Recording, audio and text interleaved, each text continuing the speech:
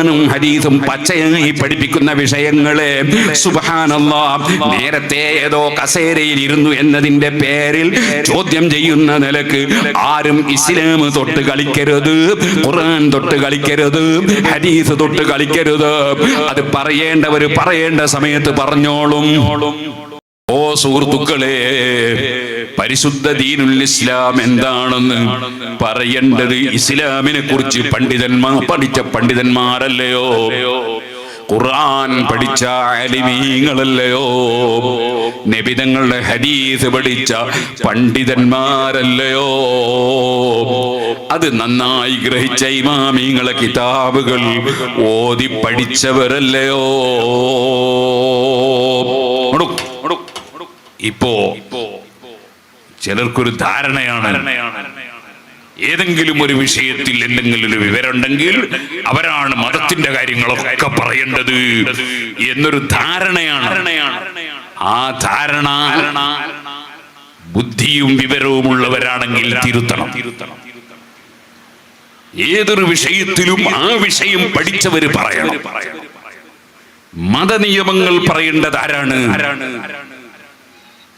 മതനിയമങ്ങൾ പറയേണ്ടത് മതനിയമങ്ങൾ മതഗ്രന്ഥങ്ങൾ ഓതി പഠിക്കാത്ത ഒരു വ്യക്തിയും അല്ല.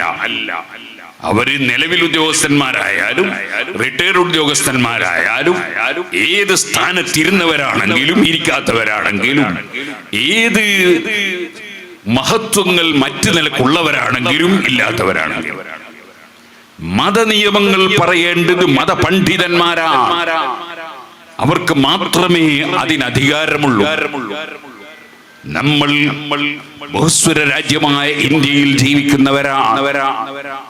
ഇന്ത്യയിൽ ജീവിക്കുമ്പോൾ മറ്റുള്ള മതക്കാരുമായി സൗഹാർദ്ദത്തിലും സഹകരണത്തിലും ജീവിക്കണം.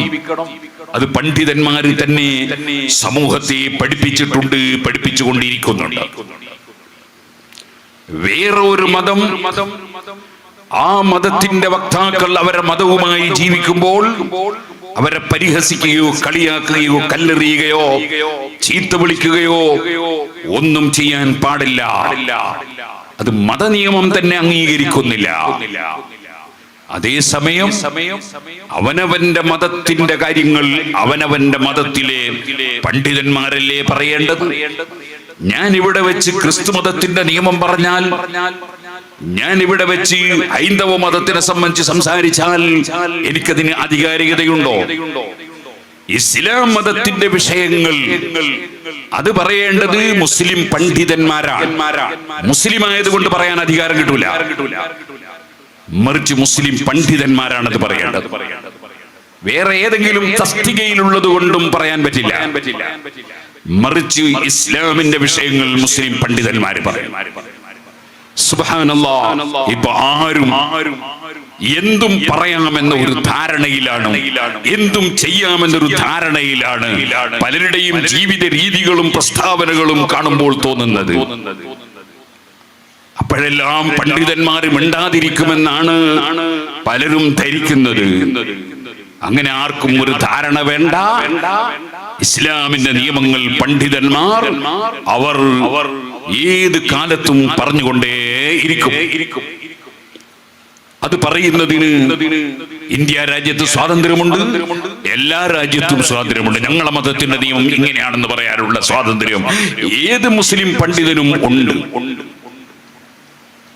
നിങ്ങൾ ഓർക്കൂ, പരിശുദ്ധ ഖുർആൻ പറഞ്ഞില്ലേ, ഫലാ വറബ്ബിക, തങ്ങളെ റബ്ബിനെ കൊണ്ട് സത്യം, അല്ലാഹു തന്നെ അല്ലാഹുവിനെ മുൻനിർത്തി സത്യം ചെയ്യാൻ. ലാ യുമിനൂൻ, അവർ വിശ്വാസികളാവൂല, സത്യവിശ്വാസികളാവൂല. ഹത്താ യുഹക്കിമുക ഫീമാ ശജറ ബൈനഹും, അവർക്കിടയിലുള്ള പ്രശ്നങ്ങളിൽ ഓ നബിയെ തങ്ങളുടെ തീരുമാനം അംഗീകരിക്കണം. حتى يحكموك فيما شجر بينهم ثم لا يجدوا في أنفسهم حرجا مما قضيت. അവിടുന്ന് എടുത്ത തീരുമാനത്തെ കുറിച്ച് ഒരു മനക്ലേശം ഉണ്ടാകാൻ പാടില്ല. അതെങ്ങനെ ഇപ്പൊ ഇക്കാലത്ത് പറയാൻ പറ്റുമോ? അതേപോലെ തന്നെ ഇന്ത്യ രാജ്യത്ത് പറയാൻ പറ്റുമോ? അങ്ങനെ ഒരു മനക്ലേശം ഒന്നും ഉണ്ടാകാൻ പറ്റില്ല. ഖുർആൻ പ്രത്യേകം പറയാൻ ഏത് രാജ്യത്തും ഇസ്ലാമിന്റെ നിയമം എന്നതാണെന്ന് പറഞ്ഞൂടെ? അതേ സമയത്ത് വേറൊരു മതക്കാരനോട് നീ ഇസ്ലാമിന്റെ മതം അനുസരിച്ച് ജീവിക്കണം എന്ന് പറയാൻ പറ്റില്ല. അത് അവനവന്റെ മതം അനുസരിച്ചായിരിക്കും അവൻ ജീവിക്കുന്നത്.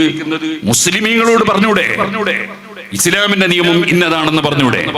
അത് പറയൽ പണ്ഡിതന്മാരുടെ ബാധ്യതയല്ലേ? ആ ബാധ്യത നിർവഹിക്കാത്ത കൊണ്ടല്ലേ ജൂതം നസാറ പണ്ഡിതന്മാർ പഴിച്ചുപോയി എന്ന് ഖുർആൻ പറഞ്ഞത്. ലൗലാ യൻഹാഹുർ റബ്ബാനിയൂന വൽ അഹ്ബാറു അൻ ഖൗലിഹിമുൽ ഇസ്മ വഅഖലിഹിമുസ് സുഹ്ത ലബീസ മാ കാനൂ യസ്നഊൻ. പണ്ഡിതന്മാർ പറയേണ്ടത് തുറന്നു പറഞ്ഞില്ല. അതിന്റെ പേരിൽ അവർ അല്ലാഹുവിന്റെ അടുക്കൽ ശപിക്കപ്പെട്ടവരായി പോയി. ഈ സമുദായത്തിന് അങ്ങനെ ഒരു ഗതികേട് വന്നുകൂടാ. പണ്ഡിതന്മാർ പറയേണ്ടത് തുറന്നു പറയണം. ഒരാൾ ചോദിക്കുന്നു, അന്യ സ്ത്രീയെ അന്യപുരുഷൻ നോക്കിയാൽ എന്താ? എന്നാലില്ല, അദ്ദേഹത്തിന് ഖുർആൻ അറിയോ? ഖുല്ലിൽ മുഅ്മിനീന യഖുല്ലൂ മിൻ അബ്സാരിഹിം. ഈമാനുള്ള മുഅ്മിനീങ്ങളോട്, സത്യവിശ്വാസികളോട് പറയൂ നബിയേ, യഖുല്ലൂ മിൻ അബ്സാരിഹിം, അവർ അന്യ സ്ത്രീകളിലേക്ക് അതാ അനാവശ്യമായി അല്ലെങ്കിൽ അത്യാവശ്യത്തിനല്ലാതെ നോക്കരുത്. ഞാൻ അങ്ങനെ പറയാൻ കാരണം പണ്ഡിതന്മാരെ വിവരണമാണ്. ഒരു ഡോക്ടർക്ക് ചിലപ്പോൾ ഒരു സ്ത്രീയെ ചികിത്സിക്കേണ്ടി വന്നാൽ അവിടെ സ്ത്രീ തന്നെ ചികിത്സിക്കാനില്ലെങ്കിൽ പുരുഷനായ ഡോക്ടറെ കാണിക്കേണ്ടി വരും. അവിടെ നോക്കാൻ അദ്ദേഹത്തിന് അധികാരമുണ്ട്. ഇതുപോലെ അതാ ഹജ്ജിന് പോകുന്ന സമയത്ത് എമിഗ്രേഷനിൽ ഇരിക്കുന്ന ഉദ്യോഗസ്ഥന്മാർ, നിങ്ങളൊന്ന് നിഖാബ് പൊക്കിയിട്ട് ആളെ മനസ്സിലാക്കാൻ വേണ്ടി ഒന്ന് നിഖാബ് പൊക്കണമെന്ന് പറയുമ്പോ അത് പറ്റൂലാന്ന് ഒരു പണ്ഡിതനും പറയൂല. കാരണം അത് രാജ്യ സുരക്ഷയുടെയും യാത്രക്കാരുടെ സുരക്ഷിതത്വത്തിന്റെയും ഭാഗമാണ്. അതിനാൽ അത് പൊക്കിക്കൊടുക്കുമ്പോൾ എന്റെ ഭാര്യയോട് ഞാനത് പറ്റൂല എന്ന് പറയില്ല. സുഹൃത്തുക്കളെ, പണ്ഡിതന്മാർക്കറിയാം എവിടെ എന്ത് പറ്റും പറ്റൂല എന്നത് പണ്ഡിതന്മാർക്കറിയാം. അതുകൊണ്ടാണ് ഞാൻ അനിവാര്യ ഘട്ടത്തിലല്ലാതെ എന്ന് പ്രത്യേകം പറഞ്ഞത്. സുബ്ഹാനല്ലാഹ്, ഒരു ആയിഷയോട് ഒരു പശുവിനെ വാങ്ങി, അവൾക്കൊരു 50,000 രൂപ കൈമാറണം. അത് കൈമാറുമ്പോൾ ഈ വാങ്ങുന്നത് ആയിഷയാണെന്ന് മനസ്സിലാക്കാൻ വേണ്ടി ആയിഷയുടെ മുഖത്ത് നോക്കിയാൽ തെറ്റാണെന്ന് ആരും പറയില്ല. കാരണം 50,000 വാങ്ങിയിട്ട് ചിലപ്പം മറിയം പോയാൽ ആയിഷക്ക് പണം കിട്ടൂല. ഇതുപോലെ ചില അത്യാവശ്യമായ ഘട്ടങ്ങളുണ്ട്. അല്ലാതെ സുബ്ഹാനല്ലാഹ്, അന്യപുരുഷന്മാരും അന്യ സ്ത്രീകളും ഒരുമിച്ച് നിന്നുകൊണ്ട് പരസ്പരം കണ്ടും നോക്കിയും തുള്ളാൻ പരിശുദ്ധ ഇസ്ലാം അനുവദിച്ചിട്ടില്ല. ഖുല്ലിൽ മുഅ്മിനീന യഗ്ളൂ മിൻ അബ്സാരിഹിം, ദൃഷ്ടി അതാ താഴ്ത്തിക്കോളണമെന്ന് ഖുർആനിന്റെ നിർദ്ദേശമാണ്. അതേ നബിതങ്ങൾ തന്നെ അതേ ഖുർആനിന്റെ വിവരണം പറഞ്ഞില്ലേ?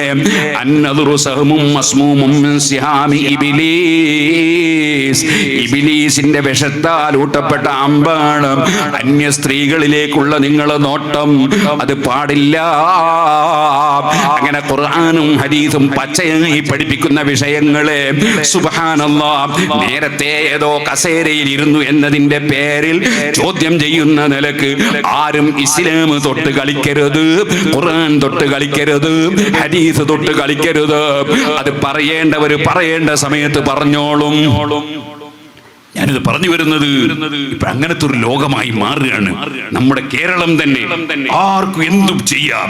ആരെങ്കിലും ചോദ്യം ചെയ്താൽ ആ ചോദ്യം ചെയ്ത പണ്ഡിതനെ സുബ്ഹാനല്ലാഹ് സുന്നത്ത് കർമ്മം നടത്തുന്ന പരിപാടിയായിട്ട് വരികയാണ് ഓരോരുത്തരും. അത് വേണ്ട. പരിശുദ്ധ ദീനുൽ ഇസ്ലാം ഇവിടെ ഖിയാമത്ത് നാൾ വരെ അല്ലാഹു നിലനിർത്തും. അത് നിലനിർത്തുന്നത് പണ്ഡിതന്മാര് മുഖേനയായിരിക്കും. അല്ലാതെ ഇവിടെ ദീൻ നിലനിൽക്കൂല.